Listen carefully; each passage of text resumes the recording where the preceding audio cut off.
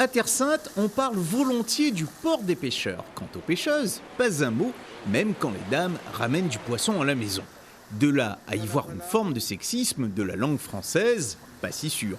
Il faudrait que l'école nous enseigne toutes les ressources que nos ancêtres connaissaient, puisqu'ils savaient faire des accords égalitaires, ils connaissaient le mot professeuse, ils connaissaient le mot pêcheuse, ils connaissaient tout ça. Éliane Viennot s'est intéressée à une autre citadelle, le pouvoir. Dans ses ouvrages, elle explique que les monarchies françaises se sont succédées avec un point commun, gommer la présence des reines et régentes dans l'histoire. Et si la révolution de 1789 augurait de faire table rase des discriminations, que nenni! Tout le monde a pensé au départ que liberté et égalité, c'était pour tout le monde. Puis l'histoire s'est révélée un tout petit peu plus compliquée que ça.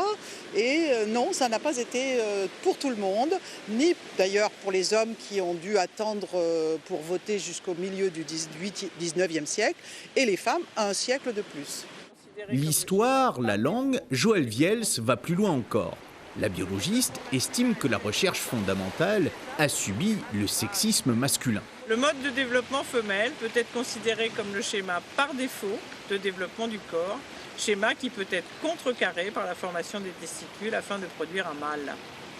Allusion très sérieuse à l'idée, pas si lointaine, que les femmes seraient en quelque sorte des défauts de fabrication biologique, thèse qu'elle réfute comme celle d'une approche d'une humanité binaire. On dit toujours que ce qui fait le sexe, c'est XX et XY. Et moi, ce que je sais, c'est qu'il y a beaucoup de personnes qui ont des formules chromosomiques, par exemple, qui sont XXY ou 1 seul X, ou 3X, ou 2X et 2Y.